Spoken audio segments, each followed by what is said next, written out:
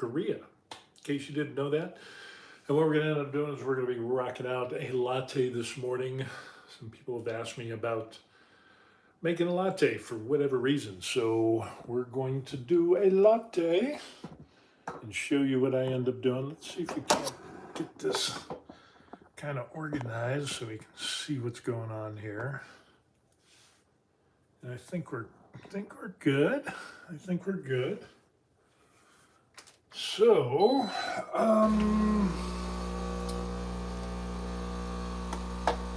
I've got the Breville Touch. So I've got that. The Breville Touch has an included grinder in it. And while it's a really good machine, I've had it for about 3 years now. I enjoy it. It works. I can get some pretty good shots on it. My next machine will be a dedicated espresso machine, and then I'll have a separate grinder. So yeah, we're going to do that on the next machine, and we'll see what happens. So with that being said, we're going to be rocking a dark roast. These beans are roasted locally here in Korea, so it's pretty good. It's over by Sokcho, which is about 3 hours, 2.5, 3 hours driving, about 3 hours driving, I guess it is. And it's a pretty good coffee shop. It's called Coffee Cupper. And we can actually end up doing 18.2, that's close enough. But Coffee Cupper is a pretty good company. And we got the house blend. So, and the cool thing about this is I'm able to purchase this online and get it delivered. So yeah, we don't have to drive like 3 hours or so. Is that crooked? Is that a little crooked? No, I think we're good. So yeah, you can get it online, and some people buy coffee on coupon and stuff like that, and it's like, it's so-so. But with that being said, a lot of things in Korea, you got to know where to get this stuff. It doesn't seem as easy it is in the United States for online shopping and stuff like that. And of course, there's the whole language barrier that's involved in that. But I mean, pretty much if you go on Coupang or if you go on Naver and you go to shopping, you can put in like espresso beans, coffee. Some of those things are going to be pretty expensive. And I don't know, we just kind of lucked out and found Coffee Cupper when we were going to Sokcho. And yeah, it was a good thing. So what we're going to end up doing is we're going to be grinding this up a little loud.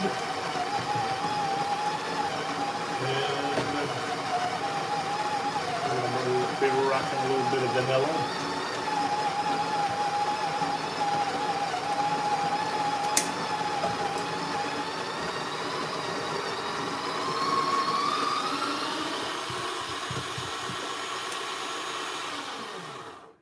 And usually I do about 15 grams worth of vanilla syrup.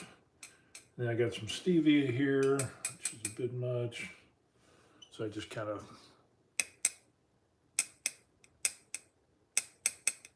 yeah, that's about what I do. Because I do like the sweet. I have the sweet tooth. Come over here.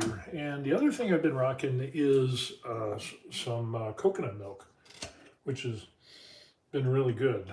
We got turned on to this when we went to Vietnam, and with coconut coffee and stuff like that. So put in a couple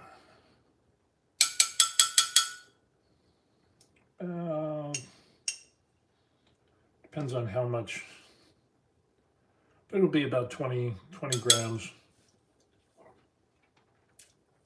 give or take.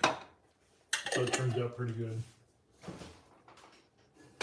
And then once we do that, Kind of swirl this around a little bit. And we're good to go on that. And now I think we're going to get a little bit into puck prep. So what we'll end up doing is we'll just kind of take a look over here and we'll show you what we end up doing. So, and there is our dark roast. Look at that. I mean, you can almost smell that. I have a latte every single day. Wait a second. Make sure I got all of that.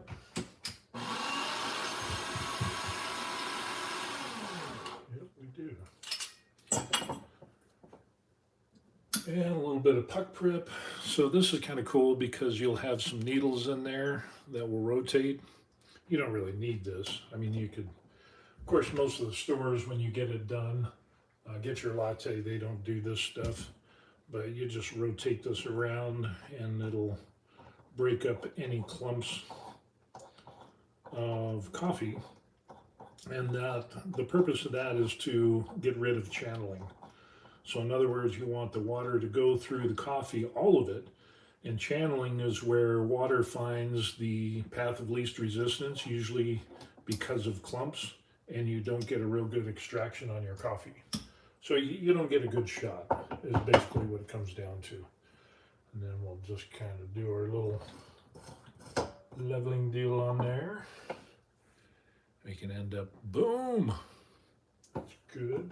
And then we'll do our little tamper.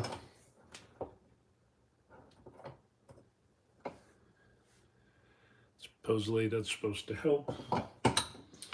And then I use a screen and I put that over my coffee so that way coffee grounds don't get caught up in the group head up here. And then the other thing I end up doing is I'll run some water through the machine here, and that way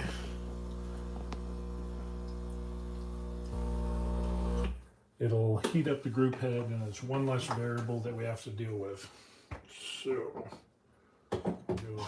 put that in there, and it also preserves the rubber gasket that's in there, or the silicone gasket, which is something to be said.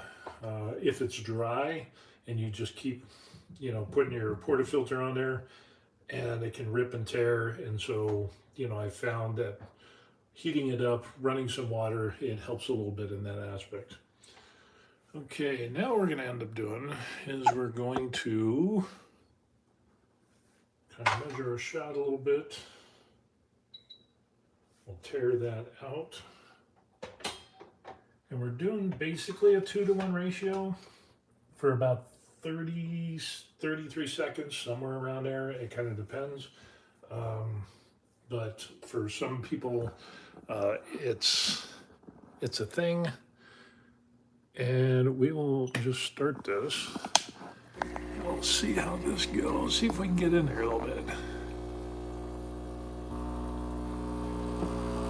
And right about now.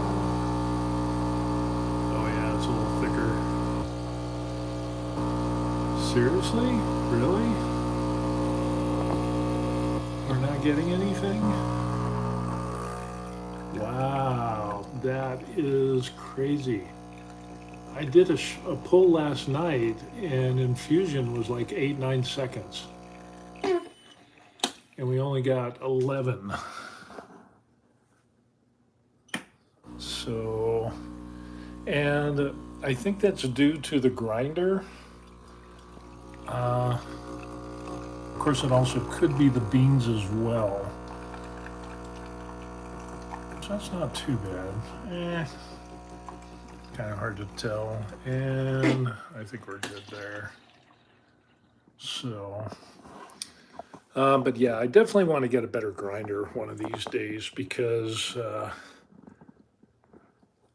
this only gives you so much adjustment, and it is what it is. There are some adjustments on the inside of this, but it's just really, really problematic. And okay, it's not too bad. It's not too bad. We got some decent crema in there. Of course, we also have the oil from the coconut milk in there, so we kind of got that. I'll remove that, and then we'll take our screen off of here, and we're good. We'll throw this in the sink. And then we're going to go ahead and we're going to do our milk. It's got an auto frother, which it's okay. It's not something that is. I mean, it's not something to write home about, but it's a decent. And this was my first machine. So when I got to Korea, I started checking out espressos and had some lattes. Korea is a big, big coffee place. So yeah, there's that. And yeah, it's just, we just kind of really enjoyed the coffee. And so when I decided to get a machine, I can see if I get this set. When I decided to get a machine, of course, everything's way more expensive here in Korea. So this, as expensive as this was when we got it 3 years ago, if it was in the United States, it wouldn't be too bad. But in Korea, it's more. So yeah, we're gonna use this until it dies. But the good news is it's already paid for itself. So if I had gone out and with the amount of lattes that I buy or would have bought if I didn't have this, this is already paid for itself in spades. So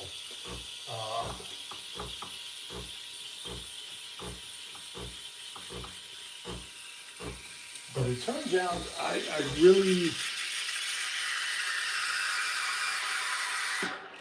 really didn't know what I didn't know about espressos and lattes and things like that, because yeah, it's I drank Folgers for most of my career in the military, and it's just like, yeah. So we got a bit of foam on there. I'll just wipe that off. But this machine has been good.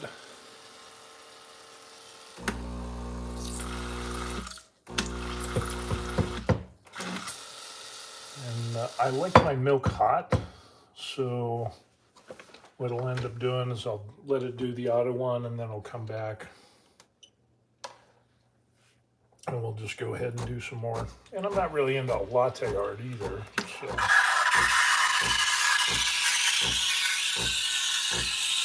Try to get some more air bubbles into there.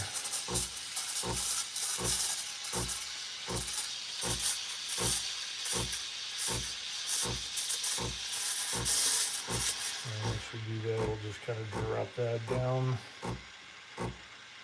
Try to get it all in there. Like I said, I'm not a big latte art person, but I do know a shot, and I like what I like.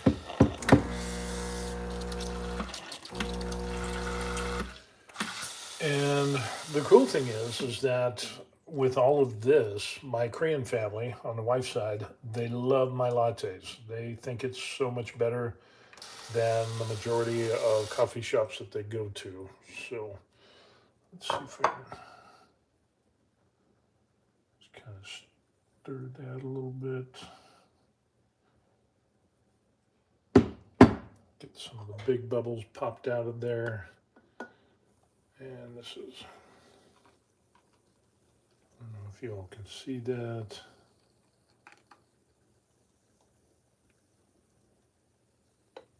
And let's see if we can get some type of,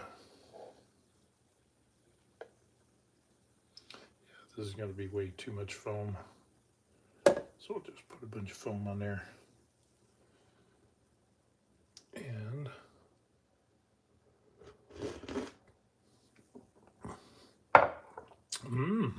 that That is not bad. It's not bad. Let me put this in the sink. And there is our latte. So let's take a look. Yummy espresso goodness. I think there's some issues with the burrs or whatever, because even though I have pretty good beans, I will get a variation of shots, unfortunately, and there'll be kind of like what we ended up seeing. Like I pulled shot, did a latte last night. I pulled a shot, absolutely perfect. This one, exact same beans, same the whole 9 yards, same everything, and there's a bit of a difference in there. So yeah, it's kind of a thing. It's kind of a thing, but it turned out pretty good, I would say. It will work. Let me see if I can put this thing here. It says you need one of those cinnamon dispenser that prints an image on top of the milk foam. I could do that. I've seen those. But we're going to do something a little bit different. We're going to do a little bit of a design on here, because we're going to get some chocolate sauce, and I'll show you what we're talking about here. So let's make sure we can get it real good. And like I said, I'm not a super professional. I'm not a professional. So we're just going to put this on there. And then we'll just do some circles.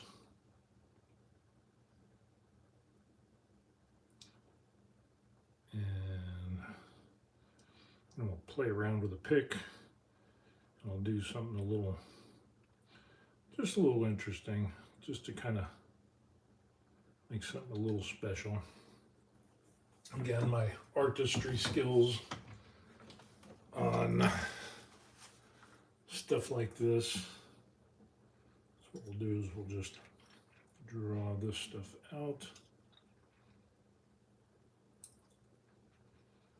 just to get a little bit of a design.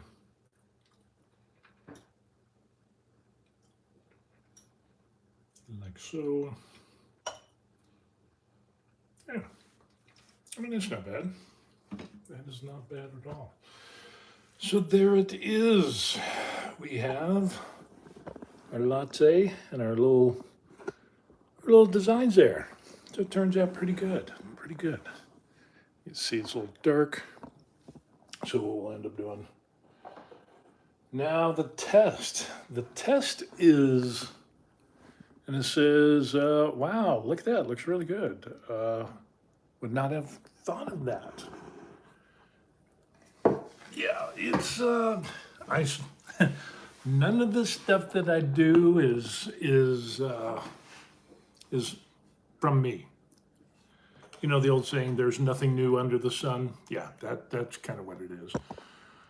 So now, let's see how this goes. So there it is, in all its goodness. Now, because it was a little bit of a variation in that shot.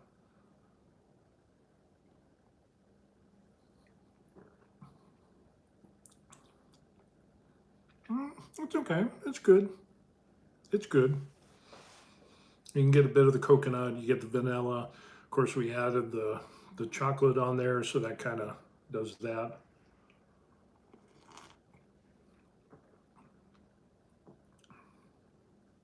It's good. It's good. Not bad at all. So this is the morning thing that I do every day. Some people have asked me, well, what do you do when you're retired in Korea? Oh, by the way, for those of you who don't know, I'm Steve, the retired hobby tech guy, so retired American expat in Korea. Terry says, good morning. Good morning, sir. Good to see you. And everybody else that's watching. I do get emails and questions from time to time of people that ask me, like, well, what do you do? And let me get to see if I get this a little bit so I can read the comments. Comments are really in a small box. I'm doing this on my phone. But people ask me a series of questions. Why did you retire in Korea? as opposed to Thailand or some other places. Well, it ends up it's a subtle cup of coffee. I like it. Not blaring. Uh, Needs a little work on the pull though. We thought about retiring in Thailand or Costa Rica, Puerto Rico. We looked at those places. We looked at Belize, which quickly crossed that off the list. Same thing with Mexico. Back in the day, Mexico used to be the place to retire, and I just kind of saw some things that were forming, and it was like, yeah, that's Mexico's going to be bad in the future. So I don't want to have to deal with that. And lo and behold, it's bad. And then places like Thailand or other Asian countries that have retirement visas, while they're really great, and we've been to Thailand and Phuket and let's see, PB Island, Bangkok, and stuff like that. We want to go back and we want to visit Chiang Mai and some other places. Just didn't really click, and so we didn't know. Korea has a retirement visa, but you have to invest like $500,000 or something. And so that knocked us out of the race there. We did not know that Korea had visas that my wife could get, an F4 visa, which was basically she has Korean ancestry. She was born and raised in Korea. Then she became a US citizen. So when we found out, or when I found out that she could get an F4 visa and then I could get an F1 visa, being the spouse of an F4 visa holder, that was like, hey, we got the best of both worlds. We spent a lot of time in Korea. Her family's in Korea. It's close to a lot of the countries that we want to go to. So it really kind of gave us hope. And then we did the assessment on expenses. And expenses are half of what we were paying in the United States in Southern Colorado. I know I've kind of beat this dog to death, but it ends up, like property taxes. Property taxes on our house, 3-bedroom, 5-piece bath, bullnose corners on a golf course and whatever, oversized 2-car garage with a full basement, about almost, what was it, 38, almost 4,000 square feet. The property tax would go up $100 every single year. And so, when we first bought it, it was like, hey, this is really good. And then as I think we stayed there for like 7, 8 years, something like that, whatever it was. And then you add $100 every time, now you're looking into $2,000. Now you're looking into 2,800, $3,000 a year just for the property taxes. And then you start to project out towards when we were thinking about retiring and doing that adjustment for property tax and then the adjustment for, good Lord, all the other expenses, utilities, electricity, gas, trash, water, phones, the whole 9 yards. It was like, holy crow, I don't know if we're going to be able to make it. So we did a price comparison of our expenses here, or I say here, in Colorado, in our house in Colorado that we had versus here in Korea. We did that with a website called Numbeo, and where it doesn't have the city that we live in here in Korea, but it does have a city that's close by, and it was pretty comparable. And then we also verified the expenses with, the wife's family members. She's got 3 older brothers. They've got kids who are married and have kids and stuff like that. So it was really easy to get, get estimates and, well, how much is your gas bill? How big is your apartment? How much is your property tax? What is your apartment fee and stuff, which includes electricity, water, and trash, and so on and so forth. And so we found out that, yeah, it could be almost half of savings. And, we had to get used to apartment life, but that was probably a huge thing right there, because in our projections for looking at retirement, for me being able to retire, it was like, man, I'd have to be in my late 60s. So, to make it. And then you get the reports about people and they're like, oh, 3/4 of seniors are not going to retire because they can't make it because of expenses. So it's like, okay, we got that. So expenses was another big thing on there. That was really huge because that allowed us to retire early. And when I talk about retire early, I retired at 54. So, yeah, we spent, we left the United States, sold everything, house, car, guns, ammo, everything, the kitchen junk drawer. We showed up with a couple of suitcases and we made a stop on Oahu in Hawaii. Our daughter was doing residency for her being a doctor. And so she says, hey, why don't you come out here for a month of vacation? And it was like, hey, that would be awesome. And then before we even went, she floated the idea and says, well, if you guys are thinking about retiring overseas, why don't you just come and stay in Oahu while I'm going through residency? And it's like, I don't know if you want that. But then again, she's like, I'm a resident in a hospital. They call it residency because you don't reside in your house, you reside in the hospital. So we did we thought about it. It's like, wow, are we ever going to get a chance to live on Oahu? Extended vacation. And we ended up staying there just over a year, which thanks to our daughter, we didn't have to pay rent. And there was a little deal that was made. We did her laundry, we cleaned the apartment or the condo, and she got home cooked meals. And we did the shopping. And then she could just concentrate on doing residency. And then, we got to stay there rent free, which was awesome. Oahu was incredible. We loved it.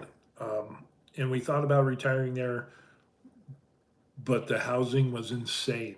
And of course, utilities, of course, you don't, it's not like you have cold winters on Oahu. There are no cold winters. It's just constantly nice with a little bit of rain. But the cost of food and goods and services and housing was insane. It was absolutely insane. And even if we could get a place, we looked at listings and things like that when we were there. We got there, and COVID was still going on, and there weren't a lot of people on Oahu. And it was like, this place is awesome, But after that, people started coming back after the COVID thing was over, and then it started getting crowded.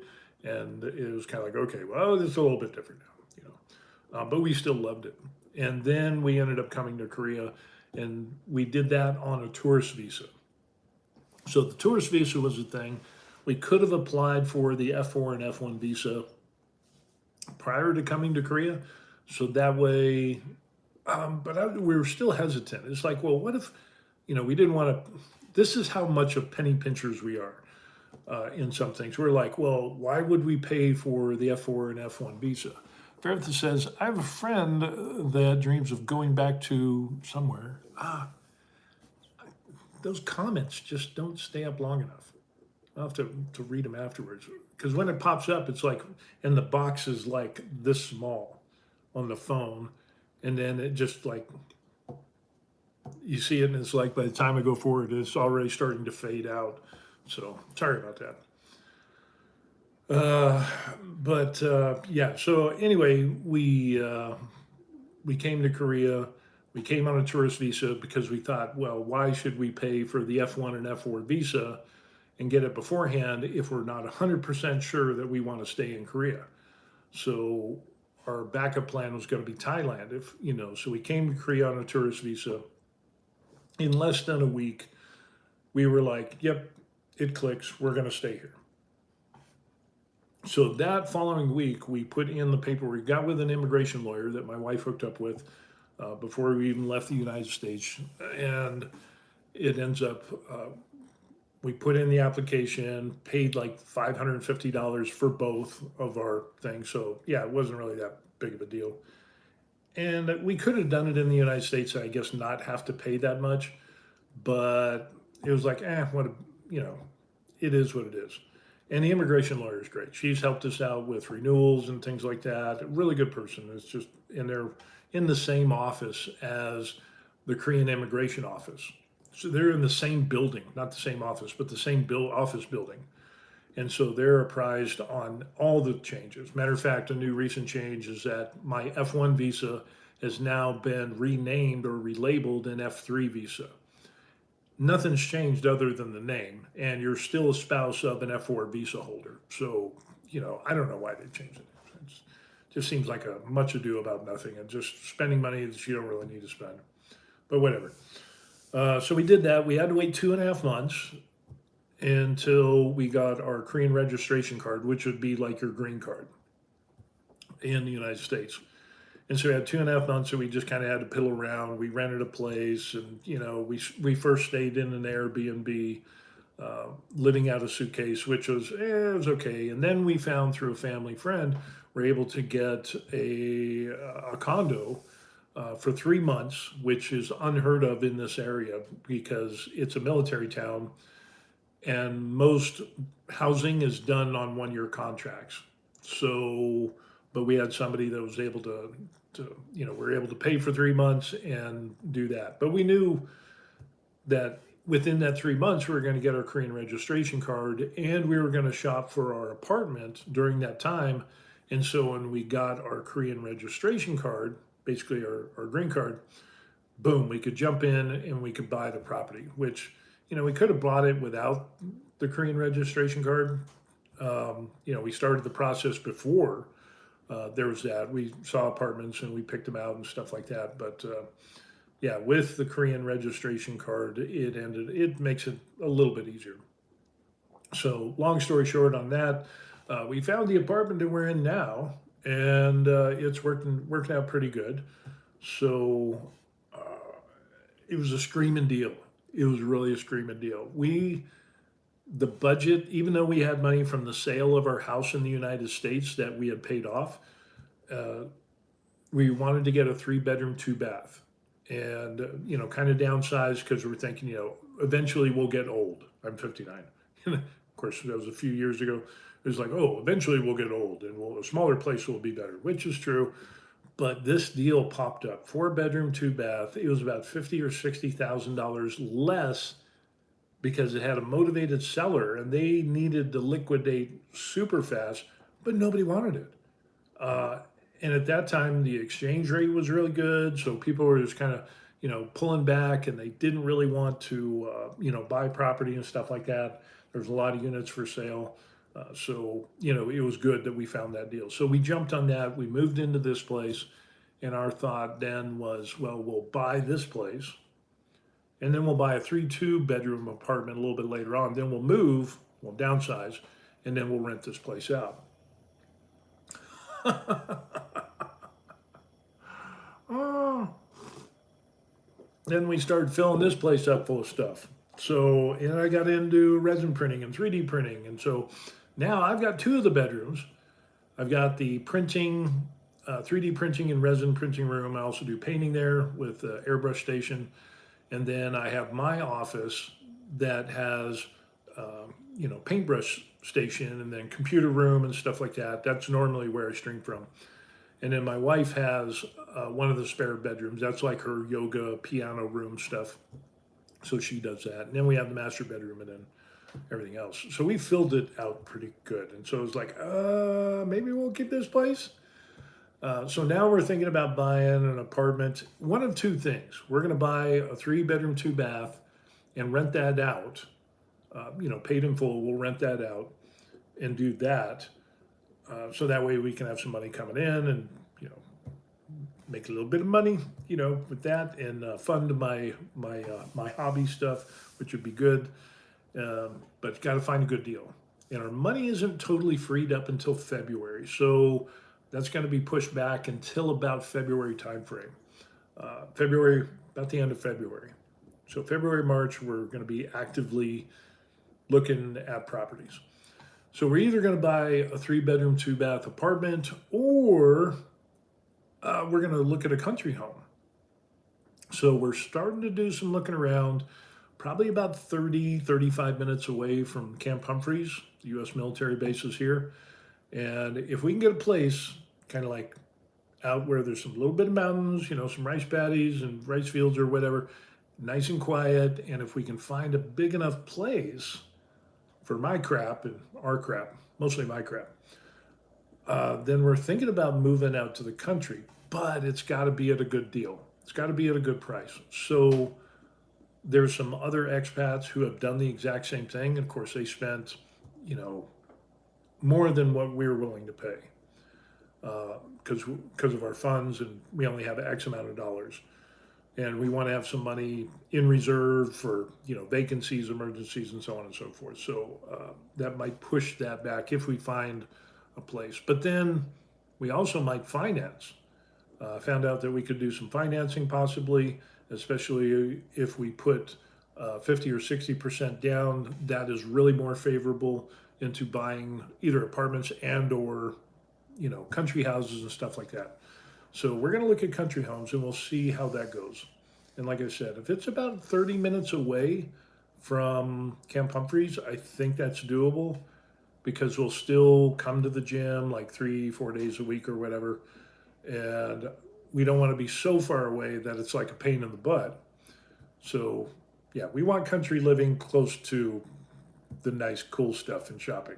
So we're going to do one of those two things: either buying another apartment, just rent that one out, or buy a country home that's big enough. We'll move out there and then we'll, rent this place out. So we got that. We've been here just over 3 years, and I still get people. Here's the funny thing: I still get people time to time that will send me messages saying, "Stupid, you shouldn't have retired early. You're going to lose so much money because you retired early," and blah blah blah blah blah. You should have worked until you're 65, 67, and keep putting money into Social Security and or into real estate and blah, or investing, for retirement and IRAs or whatever. And it's like, well, yeah, I know that, but retiring early, we're comfortable, we're saving money every month. It's a win-win for us. And I don't want to be one of those people that works until I'm like in my late 60s. And maybe, because work sucks, I'm not able to end up, might have a heart attack or whatever. I don't want to be one of those people that dies on the job, which, I've talked about before in other videos. I've seen guys at work where I used to work at the Colorado Department of Corrections who are getting close to retirement and they died on the job. Or they retire and then 6 months later they're gone. Or a year later they're gone. And it's like, I don't want to I'd rather be retired longer with less income, but be comfortable than work longer, have a bunch more money,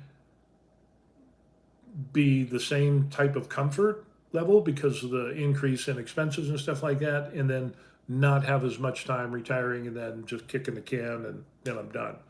So I totally get it mathematically. Yes, if I continued working until I was 65, 67, I've had people send me spreadsheets explaining mathematically why it's better for me to, work until I'm 65, 67 versus retiring early, and how much money that I would lose, and that the money that I lost if I, only worked and I would invest that in, and the whole 9 yards. It's like, I totally get it. I've done those things. And the thing is, work sucks.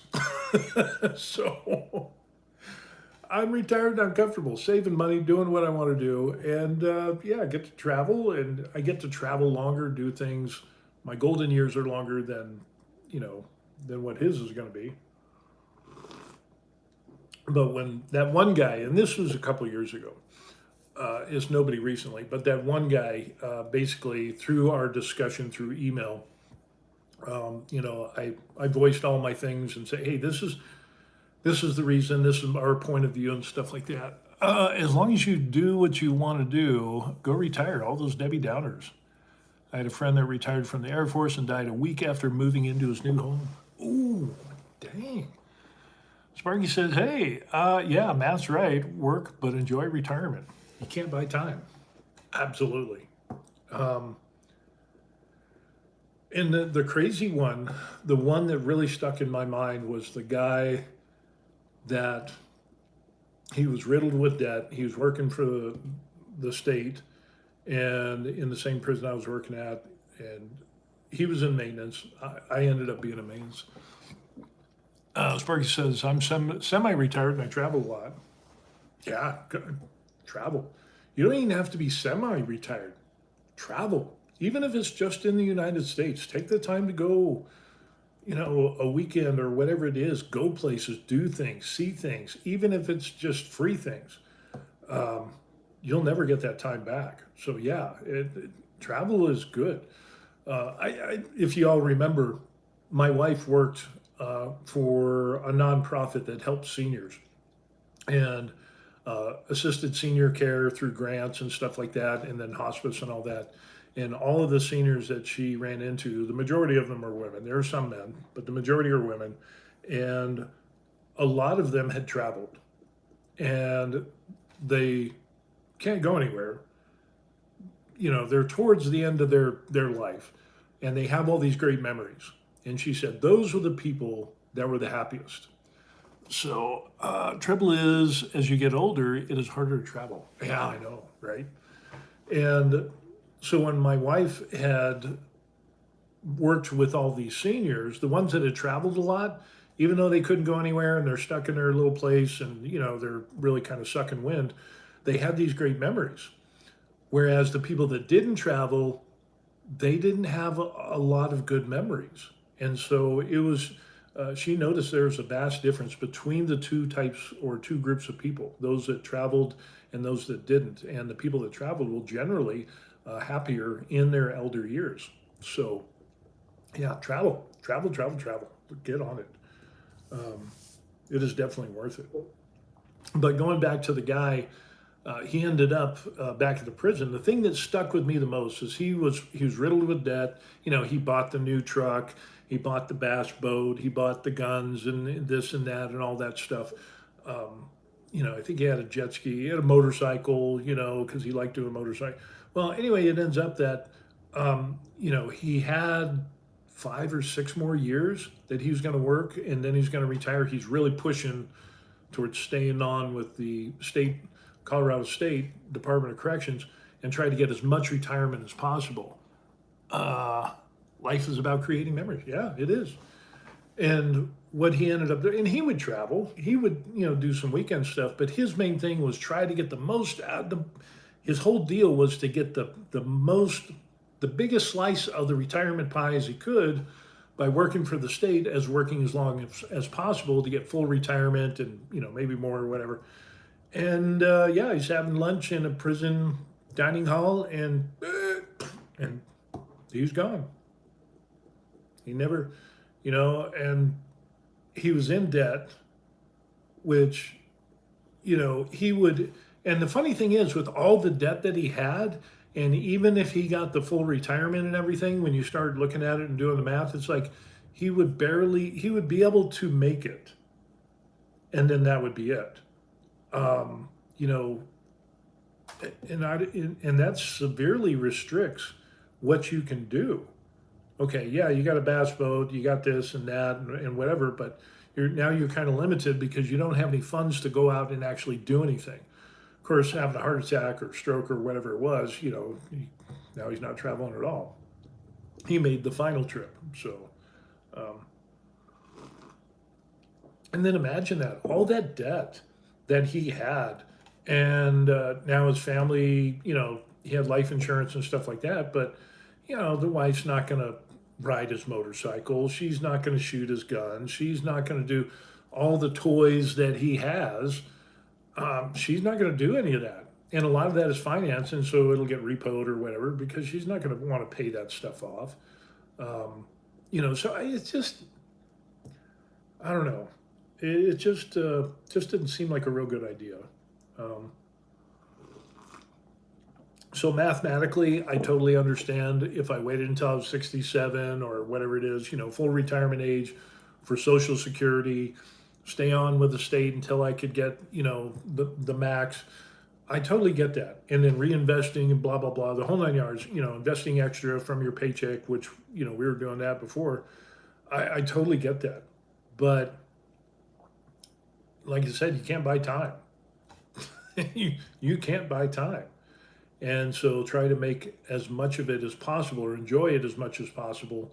And I think retiring early was really good for us, especially for me. Um, I had problems with the military and health issues and mental health issues.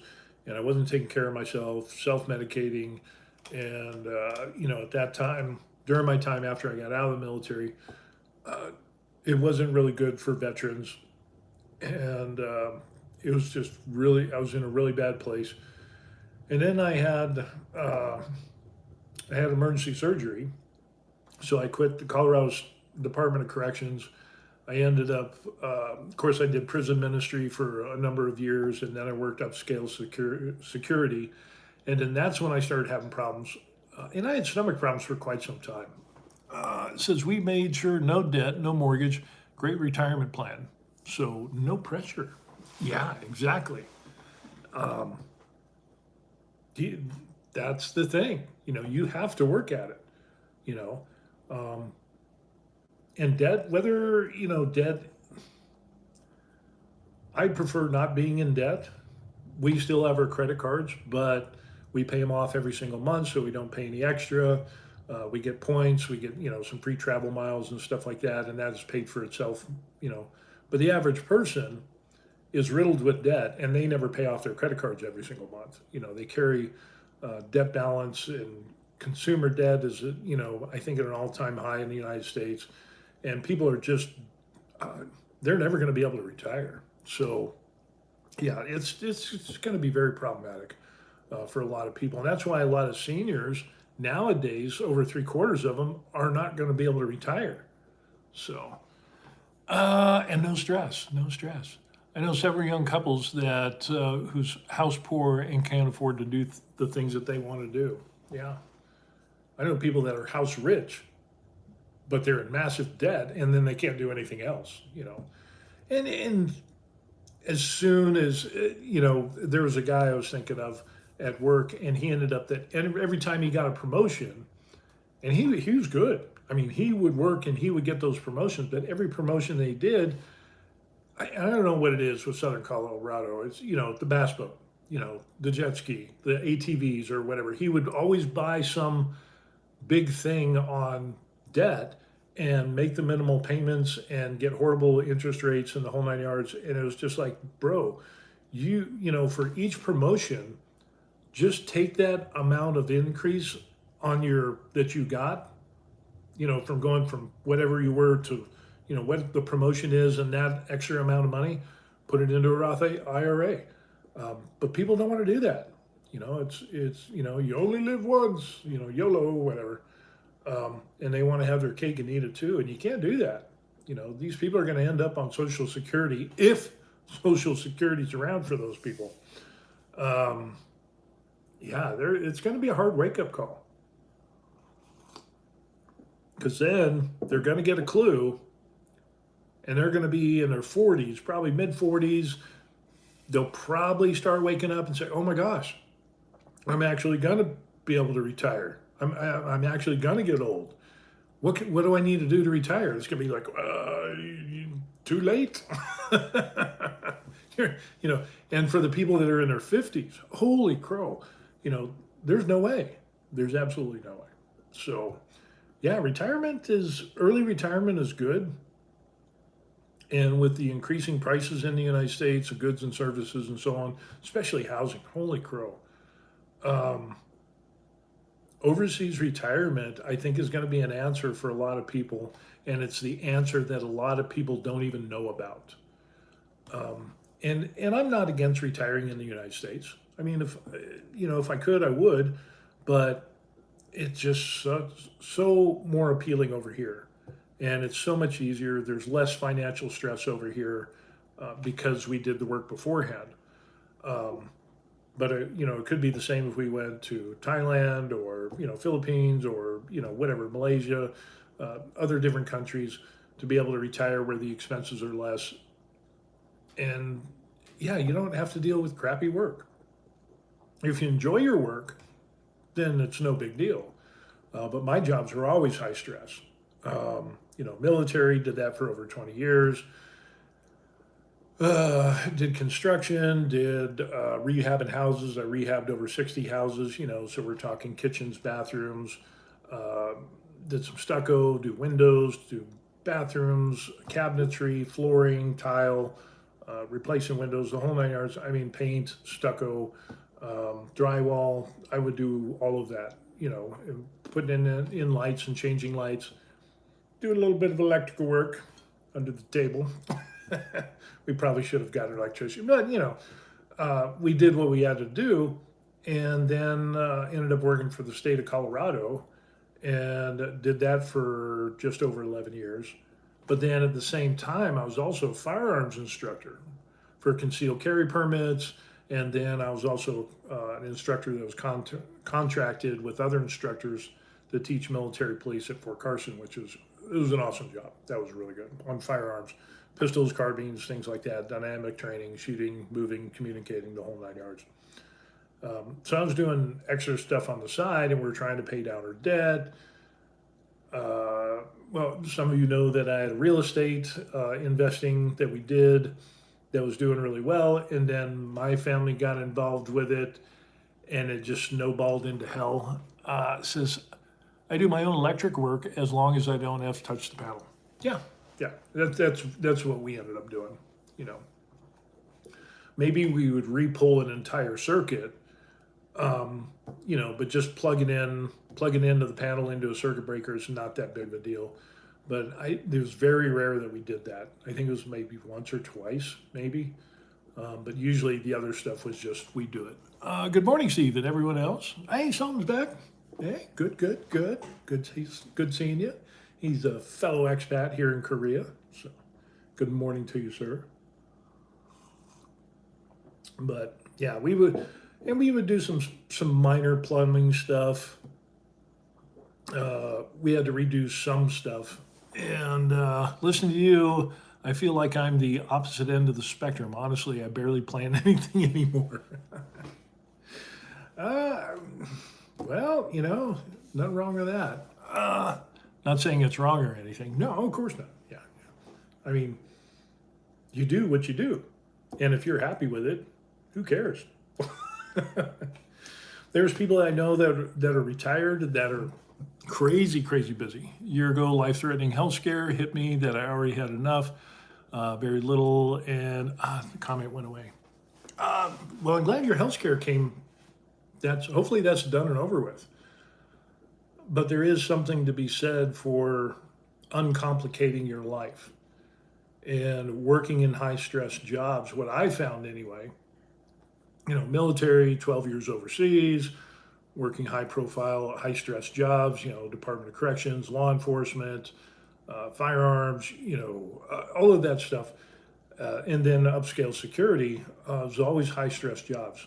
And in the military, they said, at the time that I retired in 2005 from the Army, they said, if you can make it 5 years after retirement, you're good.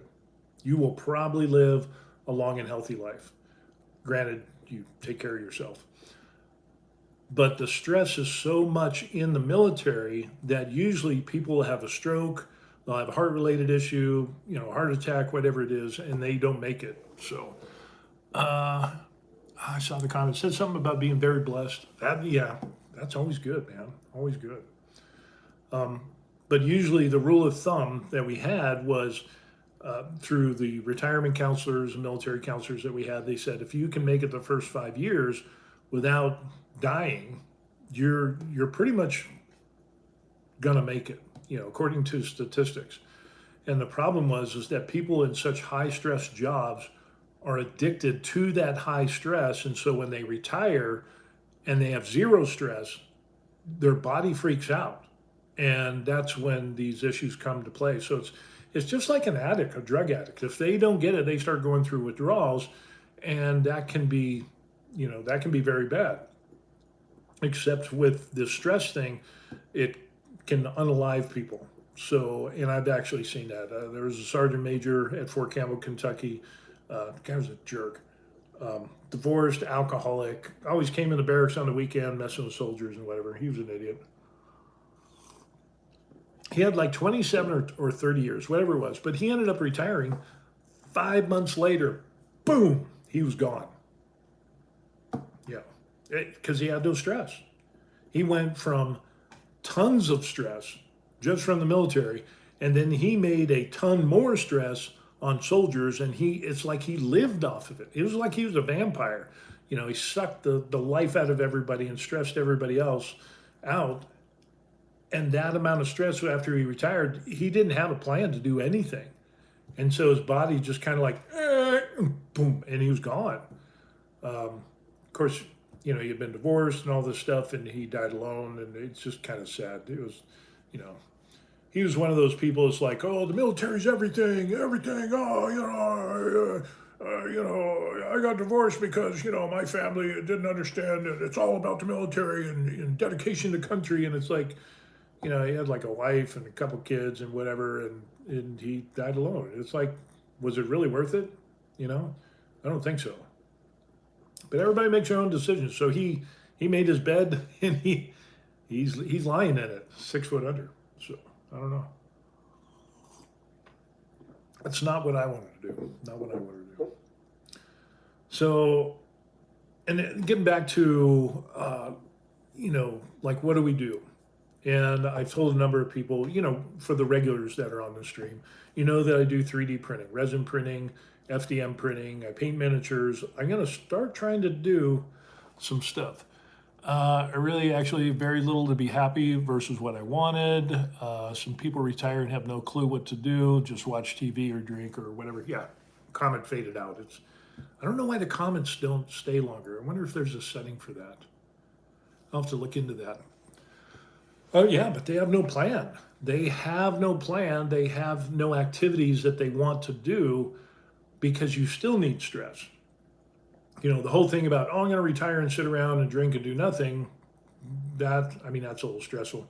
But you need to have some stress in your life. Stress is good, but you need to be able to manage that stress. And you get to a point of where there's too much stress, and that's bad for you. So, yeah, it's kind of a thing. And that's what I really appreciated with retiring early, is that I wasn't a stick in the mud to the point of where, I had a definite plan. I had definite activities. I got into drones early on after we left the United States and got on, went to Oahu, and, I traveled all around the island multiple times, filming stuff with my drone and hiking and stuff like that, swimming, snorkeling and whatever, or, whatever it is, the mask and the thing you breathe, not scuba diving, the snorkeling, did that, And so I stayed and went to the gym. I was very active in the gym. So I was able to replace the bad stress with the good stress and still have stress, but in a healthy way, and to deal with things. Learned how to relax on Oahu, which was huge. Because at that time, COVID was still kind of a thing, and there weren't a lot of people there, and the vibe was really laid back. And the beaches weren't crowded. It was like, man, we should have came here earlier. But it was because of COVID that there weren't a lot of people there. So it ends up, we really learned how to relax and to let things slide. But we still had a bunch of activities. We planned, say, okay, we're going to get up and we're going to go to Halona Cove and we're going to watch the sun come up and, whatever. And then we're going to go get some pastries, and then we're going to drive around the island, and we're going to go to different beaches and just drive and, take pictures and then stop, and then, hey, let's stop here, set up our tent, sunbathe, snorkel, swim, whatever, walk the beach, and then, are you good? Yeah, take a nap, good, pack everything up and go to the next beach or whatever. Excuse me. So we maintained a really active lifestyle, but mentally we're able to just let a lot of stuff slide. And case in point, in the United States, I was one of those people that was like, I could seriously get into road rage, and now not so much, which is good. And that's all because of Oahu. When we were on Hawaii, it really got to the places like, well, even though we were busy with activities and stuff like that and going to the gym, the thing was, I made it a point to say, I'm retired. Let it go. And so, I don't know if y'all know this, but rush hour traffic on Oahu can get pretty interesting. It can get pretty aggravating. But I always made it a point whenever we left to not be stressed. Cancer maxed out my stress limit. Now nothing bothers me. Oh, wow. Yeah. Yeah. Wow. Glad you overcame that. Good job, bro. And learned lessons on top of that. Yeah. So whenever we would go anywhere, as soon as we left the condo, it was like, doesn't matter. We're retired. Doesn't matter. And so before, like if I would go to a store and whatever in the store is closed and they're supposed to be opened, I would get pissed. I was the person that if I was driving and somebody tried to cut me off, I would try to speed up so that they couldn't get in, and I'd be ranting and raving and yelling and pissing and moaning the whole 9 yards. And when we were on Oahu, it's like, I'm retired, I'm retired, I'm retired.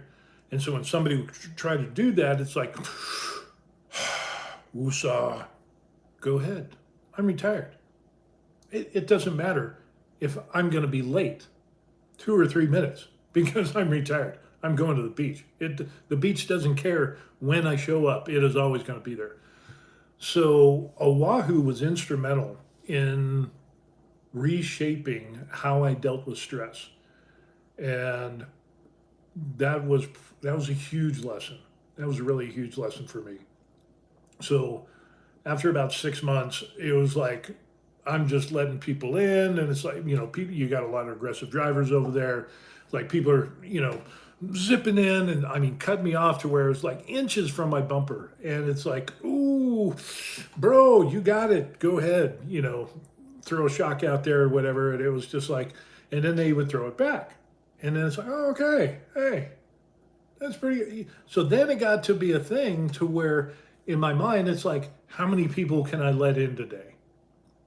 So I went from let's chase this guy, lose my shit, cuss and scream the whole 9 yards to when we go out, let's see how many people I can let in because obviously they're in a rush and this is important to them.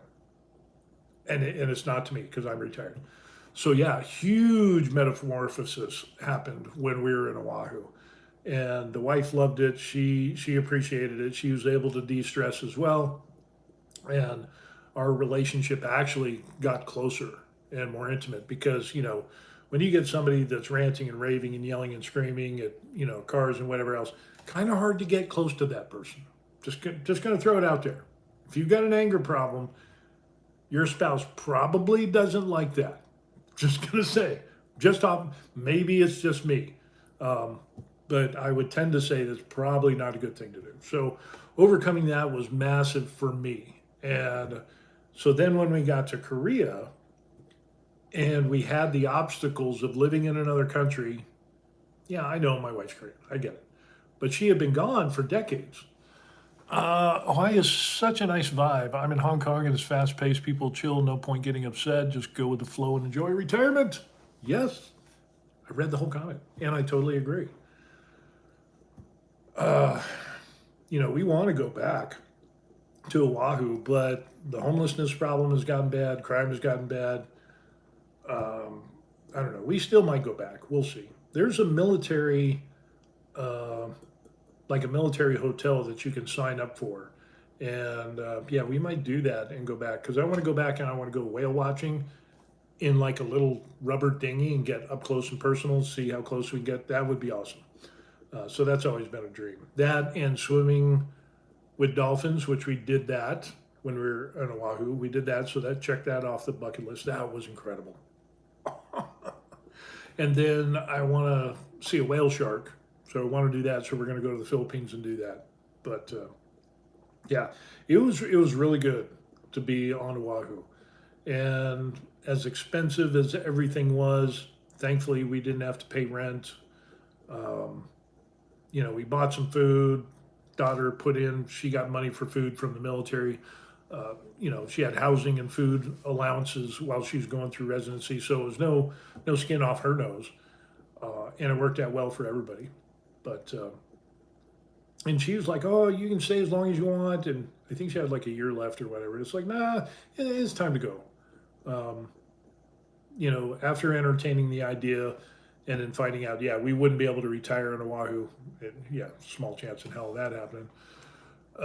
it was time to go to Korea. And so, in this relaxed, chill out vibe state that we were in, when we got to Korea, things didn't bother us. You know, it's like, oh, well, there's this and that. And we stayed in Airbnb and, oh, we can't find a place. We'll find some place, you know. Hey, Sparky, I'm from Hong Kong, a hometown. And yes, Hong Kong was cool, but I just can't read the rest of that. But yeah, it's a lot of things that pissed off people, other expats coming and living in Korea, that really stressed them out. For us, it didn't stress us out. You know, we still had some stressful moments, but for the most part, because of our, you know, Oahu, you know, de-stress techniques that we learned over that year when we got to Korea, it was like, no big deal. And honestly, the bureaucracy of Korea and immigration and all of that stuff was way less than what I thought it was going to be. You know, I read some horror stories and stuff like that, and it's like, I don't know where these people got this from, because that's not what we experienced. So, and when you compare city and government offices in Korea versus dealing with, you know, the same thing in the United States, holy crow, Koreans are so much more respectful and polite. Um, yeah, you still get some bad apples from time to time, but it's really rare. Good Lord, I hated going to the DMV in the United States. I hated going to government offices or dealing with the immigration and blah, blah, blah, blah, blah, blah, you know, in the US. Because people have attitudes and this, or going to hospitals and people have attitudes and blah, blah, blah, blah, blah. It's just absolutely insane. And here in Korea, it's just like, I, I appreciate it so much more. So, yeah, it's been really good. It's been really good. So, so that's what we got going on. Learn how to deal with stress, save your money, pay down your debt, be debt free as much as possible. That's always a good thing. Invest early. You can't. Oh man, if I could go back in time, uh, it'd be amazing. But you can't. So you just got to suck it up and deal with what you have and do what you can. So I'm just thankful that even though we started late, we made up ground for that. And like I said, we did the real estate investing and stuff. Stress has a lot to do with expectations, and for some reason, people come to Korea with insane ones. And this doomed, I think it's doomed from the beginning or doomed from the start. Yeah, yeah, that's true. There's people that just way too much stress, and their expectations are really really high. And having traveled to different countries, even even people that go on vacation, if you have high expectations and those expectations are met and you just fly off the handle, that's not a good way to deal with things. And then you get all hot and bothered, it ruins your vacation. Um, I've seen people on vacation when we went to Thailand, get pissed off. We were in a 5-star resort. It's like, we're in this 5-star resort. They call you ma'am or sir. Would madam like another drink? Or sir, would you like this or that? We have our breakfast bar, eggs to order, whatever. I mean, it was a high end resort. And I remember seeing some American tourists there that were pissed because of the menu. And it's like, because they didn't have something that they wanted, but I mean, they had a shitload of incredible food. I mean, eggs to order, steak and eggs. I mean, anything that you want, basically. But for whatever reason, they couldn't get something, and then they got real pissed off, and they were cussing out the resort staff, and it's just like, oh my gosh, seriously. It makes you want to pull the staff aside and say, hey, I'm sorry, they're monumentally stupid, and you don't deserve to be treated that way. Yeah, it's just, that just really pisses me off. Especially in poor countries, where, places like Thailand or Philippines or, other places where the standard of living is lower, the pay is lower. We went to Vietnam and the average pay is like $250 to $300 a month. Seriously? Really? And you spend that on hair and nails every month? Come on. You know, it's, I hate it when people treat others like crap. But yeah. But I enjoy it here in Korea. We enjoy it. The exchange rate isn't. People ask me, exchange rate is like 1470 now, so or 1475, something like that. We're thinking about changing out some American dollars to won because of the exchange rate is really good. Let's see some other stuff. I was just gonna say something else. Oh, things I don't like about Korea. Traffic in Seoul is bad. Seoul traffic, rush hour traffic is bad. I'll kind of complain about that, but I'll complain more about the lack of parking. It's not like the United States. I've said this on other streams, and depending on where you are, you got parking garages and stuff. But like in this area, like we yesterday, we wanted to go to a restaurant, and when we drove around to where this restaurant was at, there was no parking spots. Snack here, Steve. Have a good day. Good seeing you. Hey, fair. Yeah, good seeing you as well. Yeah, foodies got to eat the food. But we were traveling around and we were trying to find a parking space. And it was like 2 blocks, and it's like seriously, of course it was lunchtime, traffic and all that stuff. But parking is a thing here in Korea. But then a lot of people will kind of pack in together or they'll take taxis or whatever, so it's just kind of a different way of life. In the US, we take our cars and we go everywhere. There's a lot of cars in Korea, that's true, but yeah, I wish there was more parking. Other things, what do I don't like about Korea? Hot and humid summers, not a fan of those. I don't know any Koreans that are a fan of the hot and humid summers. They're miserable. But Koreans don't sweat as much as I do. I run hot, and I don't know, maybe it's my German ancestry from that part of the world that, you're supposed to be in cold places. That's why I run hot. But Koreans don't sweat as much as we do. So there's that. I wish CRISPR and the gene editing, I could take that gene and fix it so it wouldn't sweat as much. But I don't know. It's just amazing. I'll be sweating from top to bottom. And Koreans, you don't see them sweating at all. It's pretty amazing. Seoul traffic, parking is bad. My brother-in-law is amazing at parking in the most amazing places, but public transport is amazing. Yes, it is. And the other thing I like about the public transportation, taxis, everything's pretty much on an app now. Like if I wanted to go outside to get on an app, I'll get a taxi in 1 to 2, maybe 3 minutes. Boom, there's taxi and you're good to go. So, and in public buses, I'm not a real big public bus fan, but the newer buses, like the electric buses and the real nice buses, I could do that. But the old style buses with Korean odysseys, driving like they're NASCAR or whatever, stop, go, stop, go, stop, go. I'm not a big fan of that. So I'll do taxis. I'll drive my car. I'll do taxis. I'll do trains. I'll do subways, stuff like that. But yeah, city buses, not so much. Not so much. Not unless it's a new bus. So, but they're getting there. They're getting there. Let's see. The other things I don't like, medical refills, prescription refills. I have to do them every single month. We are going up to Samsung Medical Center up in Seoul, one of the big 5 hospitals, because the bigger hospitals will give you longer prescriptions. So we're hopefully I can get like a 90-day supply of meds, and so that way we just go up to Seoul every 90 days and we'll be good to go. So keeping our fingers crossed for that. I wish Korea had more doctors. We've already beat that one to death, and it's like I said, it's still going to be a couple of years before we get to pre-strike levels, even though the strike is over. But medical care in Korea at those places, at good hospitals, is great.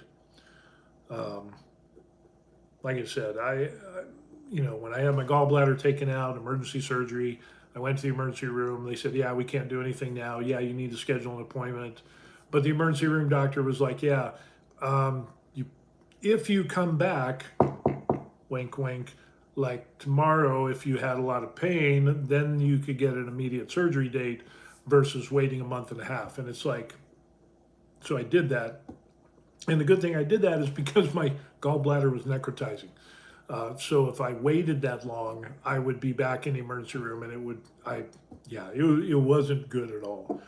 But here in Korea, with the experiences that we've had, like with my eye surgery and all that stuff, that ended up, hey, we did all the tests, and before we left, they're like, oh, no, no, no, no, you can't leave. What do you mean? We paid, we did everything, whatever, copay's good. And they're like, no, no, no, they're going to fix these torn retinas that you have before you leave. And it's, what? Yeah. So they were able to fit us in. It's something that was unheard of that we never experienced in the United States. You're always going to be a week, 2 weeks, a month out, to get your appointment with whatever.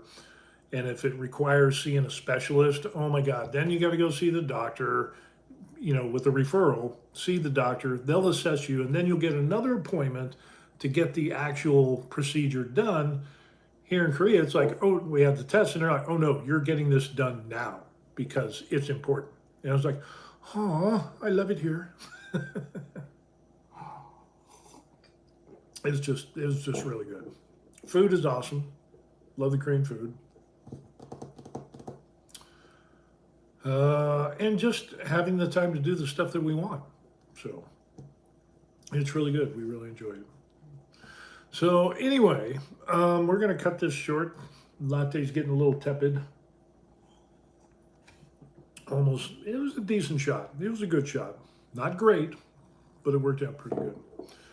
But yeah, we've really enjoyed it. I think when I look inside my crystal ball, we're going to see more and more people retiring overseas, especially people that aren't rich or don't have a lot of retirement income, people like myself that are going to see or view overseas locations because of the reduced expenses.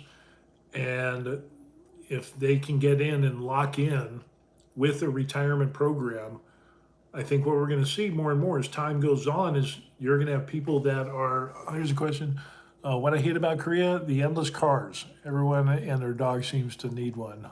There's a lot of cars. But at least they drive better now than when I first got here in 1988. It was horrible. That joke about Asians don't know how to drive, back then that was probably absolutely true because they didn't have the experience of learning how to drive like we did as teenagers or preteens or even younger, driving a tractor on grandpa's farm or whatever. They didn't have none of that. So back in 88 and during those times, you had people that were in their 30s getting cars and learning to drive, and older.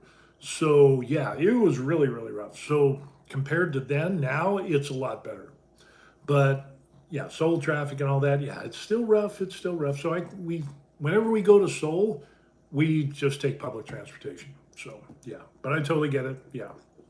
And it can be a little frustrating, but because it's like, yeah, I'm going to take public. I'll take a train. I'll take a first class train from GJ station up to Seoul and we'll be good to go. Get to recline back. They give me a little cookie, a little snacky thing to go on there, and everything's all nice and quiet. It's not like public transportation in the States where people are yelling and screaming and whatever, being an ass. It's like going on especially on a train. It's almost like going to church. It's like everybody is quiet. And you can listen to music, watch your movies as long as you got your earbuds. People, if they have a phone call, they'll get out of the car, and in between the two cars, they'll go and they'll answer the phone there and talk there. It's not like the United States where you got the person on the plane or bus or whatever. Korea's cheap to live and lots of pluses, safe, good health system, transportation. Oh yeah, absolutely. Totally agree. But in the United States, you'll have people that will be on a bus or whatever, yelling and screaming in their phone, and everybody's like, seriously? It's a phone. It you can talk normal on your phone. But Korea, they take that to a whole nother level. It's like if you're on the train, whether it's regular or the first class, everybody's quiet, and it's so nice, you know. It is really, really nice. It's relaxing. It's not as stressful as what it is in the United States. So yeah, people are chill and polite. Makes a difference. Yeah, it does. It makes a huge difference. So, and even during rush hour traffic, in where train stations are packed, everything's busy. But then when you get on the train, you get to relax, and there's no madness or craziness or, you know, I, like you see in the States. So yeah, I actually enjoy being on Korean trains and stuff like that. And it is just so much nicer, so much nicer. Anyway, so that's what we got going on. So wanted to make the latte and kind of show you the workflow on that. And yeah, eventually I'm going to get another machine. I'm going to run that one to death. We'll see. I think it needs to get some more. I need to get replacement grinding burrs on that because it's not as good as what it was in the first year. And it's super green, walkable, safe, and still convenient. Yeah, safety is huge. Safety in Korea, in all my years of being in Korea, and including this, has been over 15 years. I have never felt unsafe in Korea. Never, ever, ever have we felt unsafe. My wife and I, or even just by myself. Sparky says, have a great day. Yep, you too, as well. Like I said, we're going to wind this down and kind of finish this up. The wife's going to be coming back from yoga, so, you know, there's going to be that. And then I'm not sure what we're going to do today. I'm doing some work in the hobby room, put the airbrush station in a different location, so I had to run some duct fans, and I did that. I'll email you, Steve, some photos of Budonggu one of these days. Okay, yeah, sure. Yeah, you got the email address. Official, thevariedlife@gmail.com. Anybody email me. But yeah, that'd be pretty cool. I'd like that. So we're doing a little bit of change around in the hobby room and stuff for the airbrush station. And I want to try to make a bigger paint spray booth in the same location, so I kind of move some stuff around because when I do some larger prints, painting larger items with the small airbrush station just doesn't work. So I'm going to come up with a kind of like a plastic tent type of thing. We'll see how that goes. That's kind of an ongoing thing. Get a box fan in there and filters, and yeah, we'll just be able to go to town on painting some bigger stuff. So with that, I think that's going to be it. So for everybody that watched, I appreciate it. If you could please like the video, that would be the best thing that you could do for me. It helps with the channel, and that's one of my things I do being retired, is see if I can grow the channel and help some people out, share our experiences here in Korea, which has been good to us. And apparently it's been good to other people that have watched my videos and have come and retired early in Korea, or just retired in Korea, period. So they really appreciated that. And then the hobby stuff I do, it's, you know, got to have something to do besides going to the gym. So, yeah. Oh, and the last alibi. I got to find a big and tall man store, because I can go to a Korean mall, I will find zero clothes for my size. I mean, I'm 6'2", 260 pounds, 18 and a half inch arms. Yeah, it's hard to find clothes. So I think we looked in Pyeongtaek, and we haven't found a big and tall store. There was a big and tall store, but it was kind of like a youngster hip hop type of big style clothes. And that's not really what I'm into. So I think, unfortunately, we're going to have to go to like some bigger city like Seoul and try to find a big and tall store and try to get at least something, you know. But until then, we have Amazon. So that makes up for it right there. So anyway, yeah, we'll go ahead and let everybody go. If you're in the United States, it's probably evening for you. So thank you, and I hope you have a good evening. For the people that are here in Korea, enjoy your day. It's Tuesday, so we're going to enjoy ours, even though it's a little rainy out, rainy and cold. It's going to get, but we haven't had snow yet. Usually we should have snow here in Korea by now, but we don't. So take that for what it is and enjoy it, because harsh winters are going to be here. It's going to be right around the corner. Alrighty, that's it. I think we're done. I think we're done. So we will see you on the next video. Peace, and yeah, don't stress. Relax. Enjoy. It's all good.